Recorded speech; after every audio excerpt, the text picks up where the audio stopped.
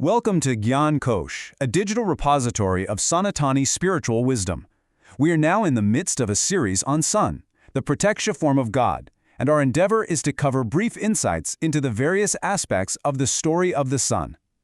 Today, we're stepping into something truly epic, to explore two extraordinary stories of spiritual discipleship.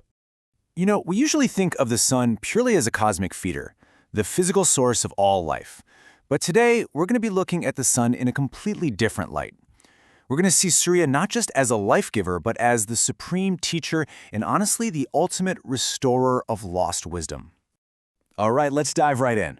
To truly grasp the profound impact of the solar source, we're going to explore a really fascinating diptych today. We're looking at two contrasting yet equally powerful paths of the solar disciple. On one side, we have the mighty Hanuman, whose journey required him to physically match the blinding, dynamic speed of the Sun. And on the flip side, we have sage Yajnavalkya, who finds pure intellectual restoration through absolute, unwavering stillness. So we have two completely different approaches to the exact same divine luminescence.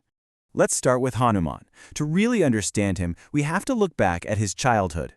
Picture this incredible cosmic scene. A tiny, energetic baby monkey, drawn by this primordial attraction, literally leaps fearlessly into the cosmos. He actually mistakes the giant orange-red sun for a ripe, sweet fruit. But in a moment of sheer cosmic panic, Indra strikes the child down with his Vajrayudha, a blinding crack of lightning. The child falls unconscious.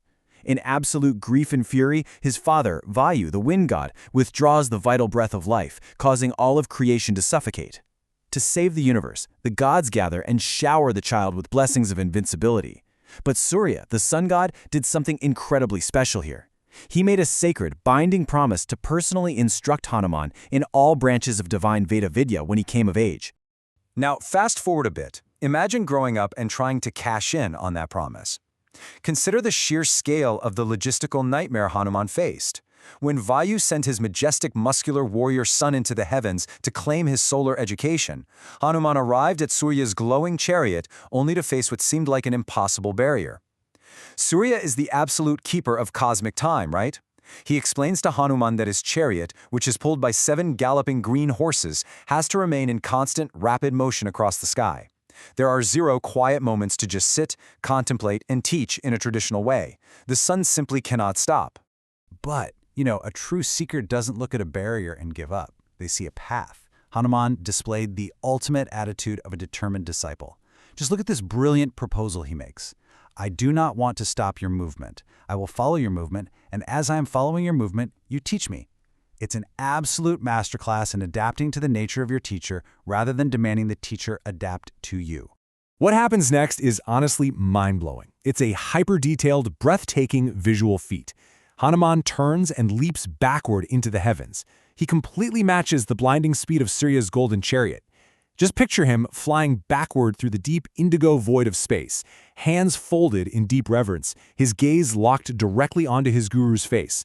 And in that incredible state of perpetual, high-speed motion, he seamlessly absorbs the glowing Sanskrit letters of the Veda Vidya as they flow directly from Surya. So what's really going on here? The crucial point is the esoteric science hiding right behind this epic chase. Following the movement of the sun isn't just a cool physical stunt. It symbolizes Hanuman's unbroken immersion in study and contemplation from sunrise to sunset. He observed the ways of nature, realizing how every living being depends on Surya's light. More importantly, he realized the Antaryami, the glowing golden current flowing through the central Sushumna channel. Hanuman discovered that the exact same solar current illuminating the macrocosm of the universe is seated right within the microcosm of his own heart.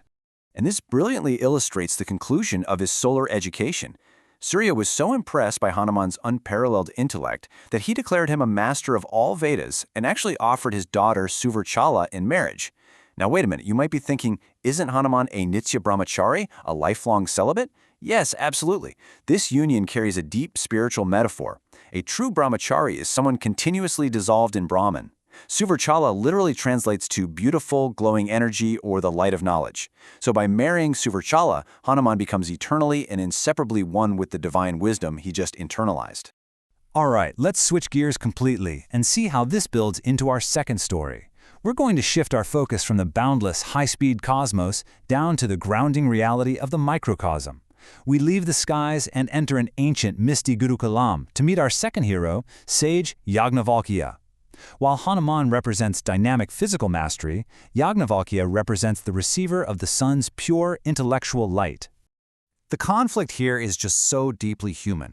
Yagnavalkya was a brilliant student studying under his uncle, the great sage Vaishampayana. Now, the rishis had established a very rigid rule. Missing a crucial meeting would result in Brahma Hatya Patakam, which is a severe spiritual defect.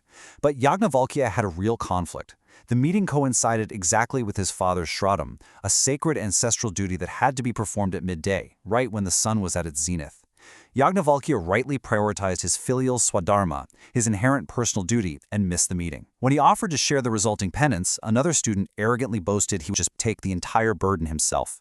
Well, sage Vaishampayana completely misinterpreted this whole exchange.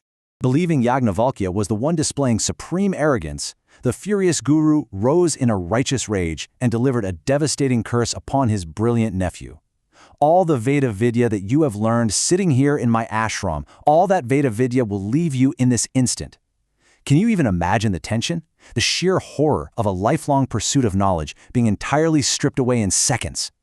And this wasn't an empty threat. The power of the curse was immediate. All of Yagnavalkya's sacred knowledge was forcibly ejected from his body as a dark, smoky substance. The other students actually transformed into dark-colored titri or partridge birds and consumed this dark substance.